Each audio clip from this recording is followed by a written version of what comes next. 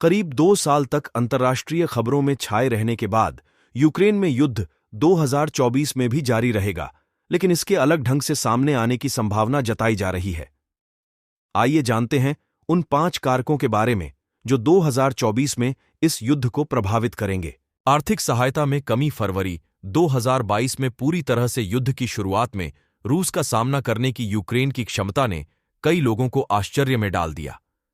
इसका प्रमुख कारण यह था कि यूक्रेन के अंतर्राष्ट्रीय साझेदारों ने उसे हथियारों की आपूर्ति शुरू कर दी थी, लेकिन 2024 में इसमें बदलाव आने की संभावना है, क्योंकि 2 सहायता पैकेज रुके हुए हैं अमेरिका में। यूक्रेन को सहायता देने के लिए कांग्रेस में वोट कराने की जरूरत होती है। यह अन्य खर्चों पर रिपब्लिकन और डेमोक्रेट के बीच चर्चा से जुड़ा होता है। $61 बिलियन के सैन्य पैकेज पर जनवरी की शुरुआत तक दोबारा विचार नहीं हो पाएगा। वहीं यूरोपीय संघ में 50 अरब यूरो, $55 अरब या 43 अरब पाउंड का एक सौदा उसके सदस्यों में से एक हंगरी और दूसरे सदस्यों की तनावपूर्ण बातचीत से जुड़ा है। यूरोपीय संघ के दूसरे सदस्यों से अलग हंगरी प्रभावी रूप से रूस के समर्थन में है।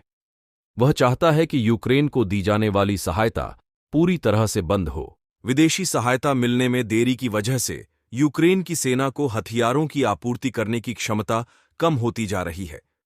इससे उसकी चिंता बढ़ रही है और यह रूस का आत्मविश्वास बढ़ा रहा है।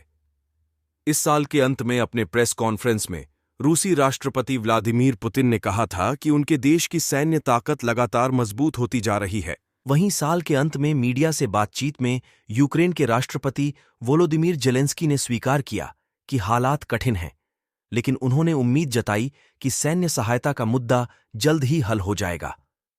उन्होंने उम्मीद जताई थी कि यूक्रेन अपने ड्रोन का उत्पादन बढ़ाने में सक्षम होगा, जो इस युद्ध में महत्वपूर्ण साबित हुआ है। यूरोपीय संघ ने नवंबर में बताया था कि वह मार्च 2024 तक यूक्रेन को 155 मिमी के 10 लाख गोलों की आपूर्ति के अपने लक्ष्य को पूरा नहीं कर पाएगा।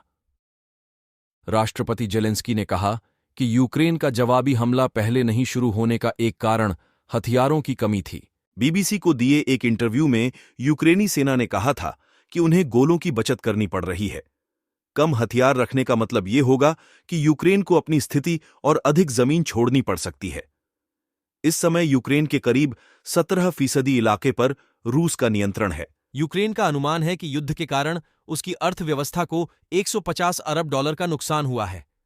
उसकी 2024 में अपनी सेना पर $43.2 अरब खर्च करने की योजना है। रूस का सैन्य बजट रिकॉर्ड $112 अरब का होने का अनुमान लगाया गया है। पर्याप्त सैनिकों को रखना भी दोनों देशों के लिए एक चुनौती होगी। फरवरी 2022 से पहले यूक्रेन की आबादी करीब 4.4 करोड़ थी। एक अनुमान के मुताबिक करीब 60 लाख यूक्रेनियन देश छोड़ चुके हैं। हालांकि माना यह भी जा रहा है कि इनमें से कई लोग वापस आ गए हैं। रूसी कब्जे और लगातार हमलों के कारण सैकड़ों हजार लोग आंतरिक रूप से विस्थापित हुए हैं। वहीं हजारों नागरिकों की मौत हुई है। ऐसे में सैनिकों की संख्या बढ़ाना और उनको प्रशिक्षित करना एक चुनौती होगी।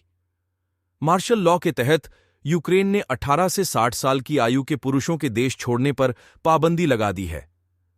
हाल ही में यूक्रेन के रक्षा मंत्री रुस्तम उमेरोव ने कहा था कि उनके देश को विदेश में रहने वाले यूक्रेनी पुरुषों को सैन्य ड्यूटी के लिए रिपोर्ट करने के लिए कहने की जरूरत पड़ सकती है। ऐसा माना जाता है कि लड़ने की उम्र के हजारों यूक्रेनी पुरुष विदेश में रहते हैं। एस्टोनिया ने पहले ही कहा है कि वह सेना के लिए उपयुक्त यूक्रेनी नागरिकों को तैयार करने में यूक्रेन की मदद करेगा, जो इस समय उसके यहां रह रहे हैं। वहीं रूस के पास बहुत बड़ी सेना और बड़ी आबादी है। यह आबादी 14 करोड़ से अधिक की है। 2 साल के युद्ध में उसे भारी नुकसान भी हुआ है। सैन्य विशेषज्ञों और सैनिकों ने मीट ग्राइंडर शैली के युद्ध की चर्चा की। इसके कई सर्वश्रेष्ठ प्रशिक्षित सैनिक खत्म हो गए हैं, जैसे विशिष्ट पैराट्रूपर्स और वायुसेना के दल। इनका प्रशिक्षण महंगा होता है और इसमें सालों का समय लगता है। ऐसा अनुमान है कि यूक्रेन पर हमले के बाद 10 लाख से अधिक रूसियों ने देश छोड़ दिया है। रूसी अधिकारियों ने सेना में फिर से भर्ती करने के लिए कैदियों और बिना दस्तावेज वाले प्रवासियों की भर्ती का सहारा लिया है। किसी भी पक्ष ने इस युद्ध में अब तक हुए सैन्य नुकसान को पूरी तरह से सार्वजनिक नहीं किया है, लेकिन यूक्रेन में हजारों की संख्या में नुकसान होने का अनुमान है। बीबीसी की रूसी सेवा ने युद्ध में मारे गए रूसी सैनिकों की एक सूची तैयार की। यह दिसंबर 2023 के अंत में 40,000 से अधिक लोगों की थी। अमेरिकी खुफिया विभाग ने हाल ही में उन रिपोर्टों को सार्वजनिक कर दिया है जिनमें बताया गया है कि मारे गए या घायल हुए रूसियों की संख्या 315,000 लोगों तक हो सकती है। कीव की सबसे बड़ी चिंता तथाकथित यूक्रेनी थकान की है। जिन देशों को वह साझेदार मानता है, वहां से उसे मिलने वाली सहानुभूति और समर्थन में कमी आ रही है। नीदरलैंड्स और स्लोवाकिया में हाल में हुए चुनावों की वजह से पहले से ही समर्थन में कमी आई है। स्लोवाकिया ने यूक्रेन को मिलने वाला एक बड़ा सहायता पैकेज रोक दिया है, जबकि नीदरलैंड्स F-16 जेट नहीं भेज सकता है, जिसका वादा उसने काफी पहले किया था। वहीं अमेरिका में नवंबर 2024 में होने वाले राष्ट्रपति चुनाव के साथ व्हाइट हाउस में डोनाल्ड ट्रंप की वापसी का मतलब यूक्रेन और रूस के प्रति नीति में गंभीर बदलाव हो सकता है। अमेरिका में हुए जनमत सर्वेक्षणों से पता चलता है कि जो लोग मानते हैं कि वॉशिंगटन यूक्रेन की बहुत अधिक मदद कर रहा है, उनकी संख्या 21% से बढ़कर 41% हो गई है। यूरोपीय संघ के 27 में से 8 देशों में यूक्रेन को सहायता देने से ज्यादा लोग इसके खिलाफ हैं। यूक्रेन और रूस दोनों नए साल में ग्लोबल साउथ में समर्थन हासिल करना जारी रखेंगे। परंपरागत रूप से मध्य पूर्व, लैटिन अमेरिका और अफ्रीका के कई देशों का अमेरिका के विरोध में रूस के साथ मित्रवत रहे हैं। वहीं युद्ध की शुरुआत के बाद से एक तरफ रूस ने जहां अपनी स्थिति मजबूत करने की कोशिश की, वहीं यूक्रेन ने प्रभाव बढ़ाने का काम किया। पिछले एक साल में रूस के विदेश मंत्री सर्गेई लावरोव ने 4 बार अफ्रीका की यात्रा की। इस दौरान उन्होंने 14 देशों का दौरा किया। वहीं यूक्रेन के विदेश मंत्री दिमित्रो कुलेबा ने इस दौरान अफ्रीका की 2 यात्राओं में 9 देशों का दौरा किया।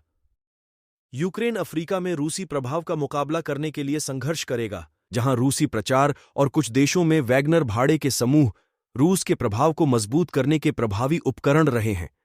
यह युद्ध कैसे खत्म होगा? यह एक ऐसा सवाल है जिसका उत्तर खोजने की कोशिश कई राजनेता और विशेषज्ञ कर रहे हैं।